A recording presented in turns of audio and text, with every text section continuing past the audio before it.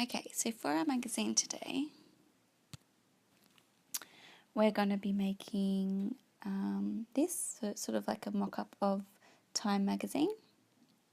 So what we're going to do is we want to go to our InDesign folder. So we click on InDesign. We want to make a new document. So we click New. Then we want to change the units from picas to centimetres. Have width and height same as A4, 21 and 29. 3 pages with facing pages. 2 columns. We want the margins to be 1 centimetre by 1 centimetre and the bleed and slug to be 1 by 1 by 1 by 1. The bleed and slug, it's basically so that the colour at the edge of the page goes all the way off the page when we're printing. So we have our documents. We want to save it as, make a name for it. So we could call it magazine, demonstration, demo, save. So we can see here we have our 2 documents, our 2 pages, and if you click on pages in the sidebar, we can see it here. We drag it out a little bit longer.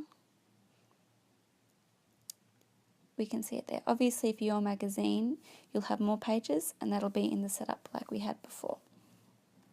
So here we have got our margins, and the one above is our bleed. So first thing we want to do is place an image. So we go File, Place, and we're going to collect our cover image. So we're going to click it. Don't click down yet, just click down and drag. If you let it go, it'll come up as the full image size, which we don't want. Now we're just going to adjust this to fit into our page, as so.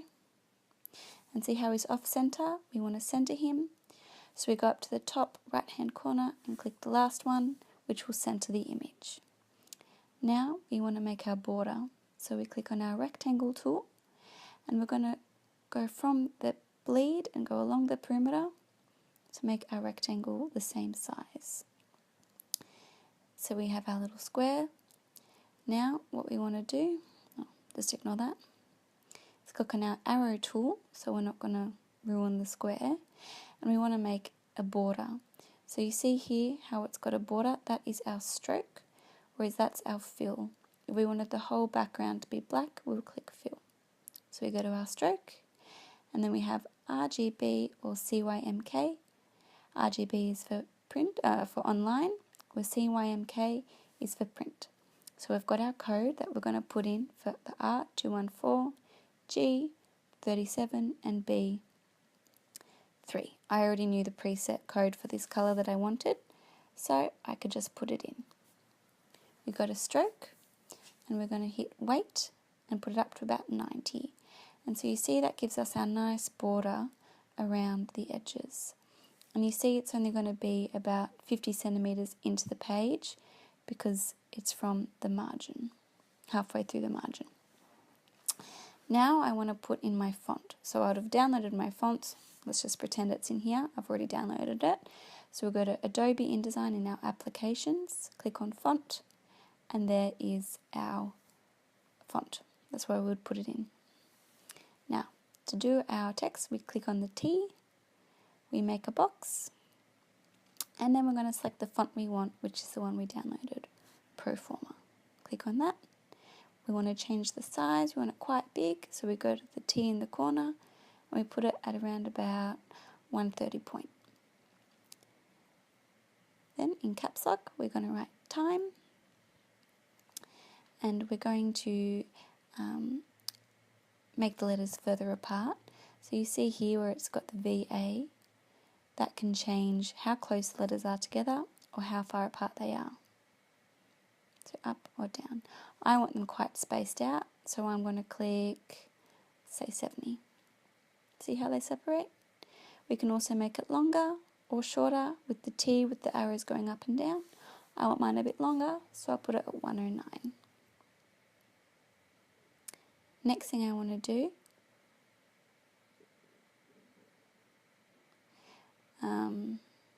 next thing I want to do is my colour. So I want the same colour as my border. So I put in those numbers again. 214, 37, and 3. And so I don't have to keep on retyping them in. I'm going to click the Add RGB to Swatch, and it'll go into my swatch panel, which you can see on the left. I click OK. If I go to my swatches, I can see it's there. And I can make a new folder. So I go to New Colour Group, type in Magazine, and my colour will now be in that folder. Now I want to click on the top arrow again so that I can move things around. Oh, I forgot to center it. So we'll just quickly go back to T and center it up. Now I want my box to be fitted. So what I'm going to do is I'm going to go up to Object, Fitting, and Fill Frame to Content. And you'll see how my box is now around the time. I can drag and drop using that top arrow. And I can place it where I would like it to be. Now, what I want to do is my cover line, my main cover line. So I'm going to use my main article for that. I'm going to draw another text box by clicking on the T, change my font, and I want it different to the main title. I'm going to have it at Rockwell. So I'll just type in rock in the search, select it. I want the colour to be white, not black. So I'll just click on that. And the little box at the top there, change the colour, change the font, make it 36 point, and type in whatever it is that you want to type in. So we'll just type in main article. Now what I want to do is I want to give a little sort of summary as to what that is going to be, something that's going to grab people's attention. I'll change the font, make it Helvetica, and I'm going to put the font a little bit smaller than the heading at 24. So I could just write a little summary, so something about main article. No, it's the Dalai Lama. We could put that in there.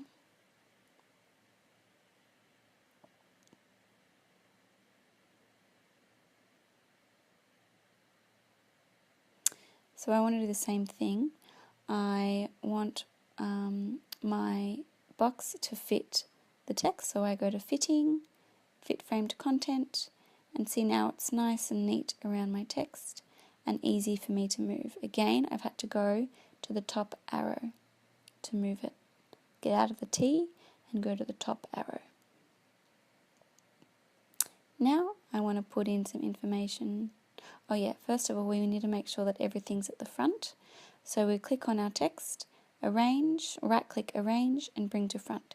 This is to stop having white lines around the text box if it's behind, which can sometimes happen with PDF. So now what I want to do is make, we'll put in my other cover line, which is going to be my secondary article. I go and make another text box. I'm going to put it in Helvetica again because it's easy, it's clear, it's different from the heading. And I want to make it the same size as my little summary about the main article, 24 points. And I'm going to have it as being black so it stands out a little bit more. So secondary article, we could put that there. I just want it to get it fit in the text box, so goes here. And I want to make it center, so I highlight and I click the center, just like on Word. Then I'm going to go back to that top arrow, as you can see there. Okay. Now this is our page, our cover page. We are ready now to go down and do our main article. So this is a double page, as we can see. We want to put another border around, so we do exactly the same as before. Make a border, make a rectangle, go to the stroke, change the color. Now I've already put it in our swatches, so it's easy to get to. We click on swatches, select the color, go over to stroke, change the weight again to 90, and there we have it. Let's just move the swatches into the corner. It might already be on there for you guys. So we're going to make text a box to put in our article. So I want to make it sort of the width of one of my columns. And I'm just going to go to my Word. And I'm going to Control Copy, Control V. Now I want to make it a little bit larger, so I'll change the size to 18 and hit OK. So we'll see here that our text has gone off the page. We can't see it anymore, but there is a little red plus. We're going to click on that and then draw another text box wherever we want that text to go, and it's going to come up linked all together, which is really handy when you're changing sizes, because you'll see that the text will change where you put the different sizes of the text boxes. Now, what I want to do is I want to put in another image, so I go File, Place, select the image I want, let's go to Main Article Image, and again I'm going to click and drag. If I just click it down, see how big it goes? We don't want that. So click and drag. If you do click it and it goes really big, just Control Z and it'll go back to that little sort of thumbnail, which you can drag out to the size you want. So we see here, I've got my Dalai Lama. You see the circle there? We don't want to click that because that'll move the image in its box. We want to have the arrow at the top to move the image around the page. So I'm going to just arrange that where I want it. I might put it over there. So now I want my text to wrap around the image. I'll click on Text Wrap on the right column, and I'm going to select the one with the circle in the middle of the frame so that my text wraps nicely. But you see there, it's also made my text sort of too small, so I'm going to have to make another text box by clicking the red plus just here, click, and we drag out our text box to whatever size we think it's going to fit. So as you can see, the text is wrapping around the image, and I want to make it not so close to the image, so I'm just going to adjust how many centimeters or millimeters it is from my image, just to give it a bit of space around. So we do that by going back to Text Wrap. Next thing I want to do is maybe put in a breakout quote, which I'll do over here so I don't get confused with my text boxes. Again, I want to change the font so it's something a bit different so it stands out. Just going to go Lucinda Calligraphy. And I'm going to make it a little bit bigger again so it stands out, 48. And I'm just going to write something like breakout quote could go here. Now I'm doing this over here so that all my text boxes don't get confused on the page, and I'm just going to drag it. So I'm going to again click on my arrow, and I want to make my box nice and tight around the text, so I go to Object, Fitting, Fit to Content, Fit Content to Frame, and place it where I want it to go. So I'll just put it over here on the side because I think that looks interesting. So now I want my text to wrap around my quote again, so I click on the same little circle icon in the text wrap, and you see how it wraps around my breakout quote.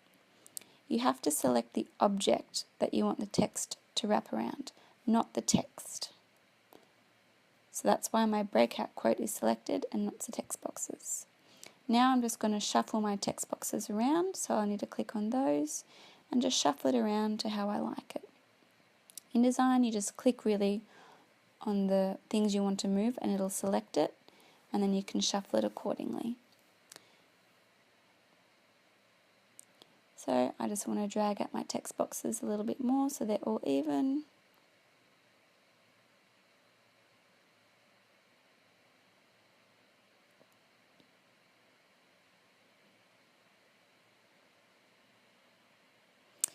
Okay, now I want to make some room because at the top here, this is where I want to put my title, and a little sort of introduction to what the article is going to be about. So I might just also move my image over, so I just click on it and drag it at the top, and then just again reshuffle my text so it's how I want it to be.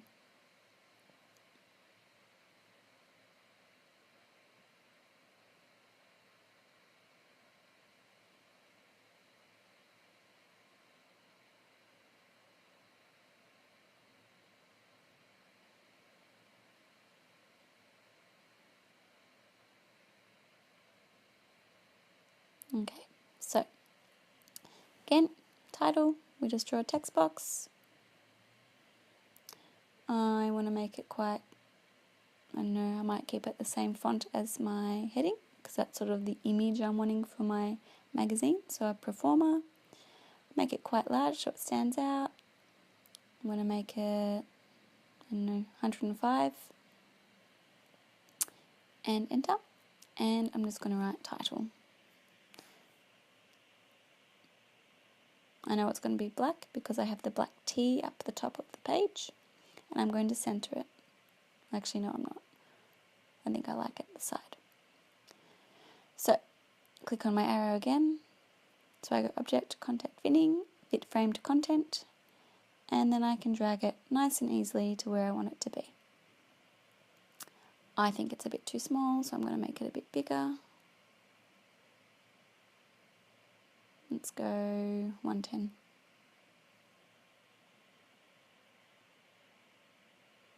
There we go. Okay. Next thing I want, let's make that nice and neat again. Next thing I want is my little eye-grabbing intro. I'll make another text box, and I'm going to write whatever it is I'm going to write. You want to make sure that it's going to grab the attention so that people want to read your article.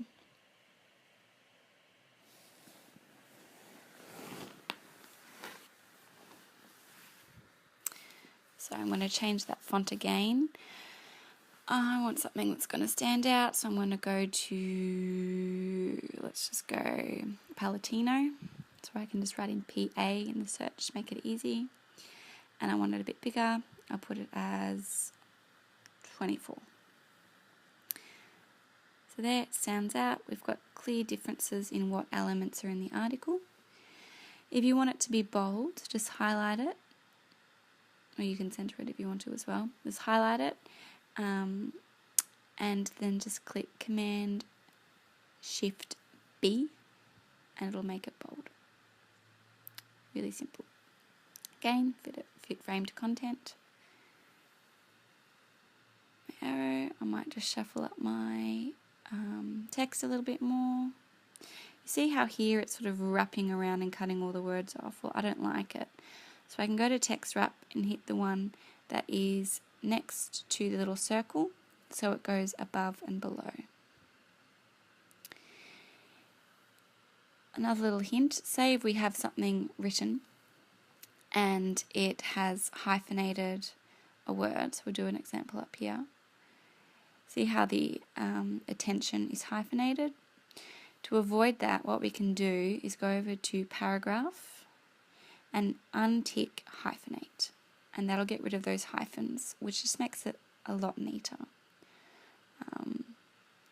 You might want to do that for your text so that you don't keep having hyphenations on every end of the word, and it keeps the word all close together. So I'm just going to fix this up a bit.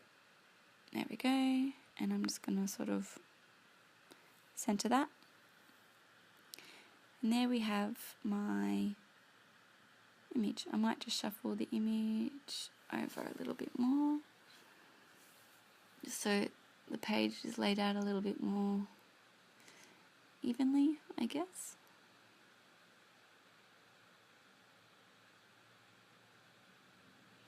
If I wanted to make my image a bit bigger, I'll drag out my text box and hit the second square, which will fill it to my text box proportionally, so it doesn't make it all stretched or warped. Then I can just reshuffle some things around, get it to how I want it.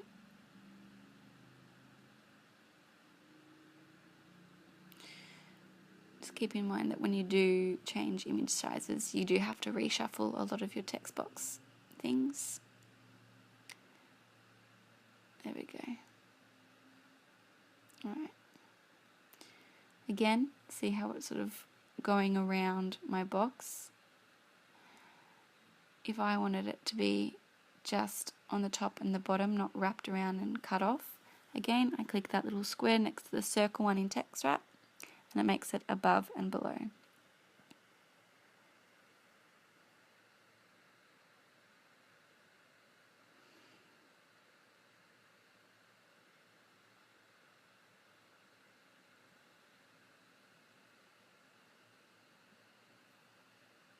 I'm just going to get rid of this as well, just so it's neat, just for the purpose of our little activity today. And there we have it.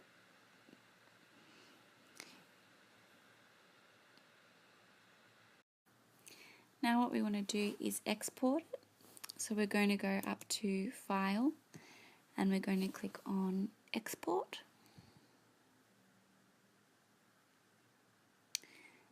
Make it a name, let's call Magazine Demo, and I'm just going to save it in my Assets folder,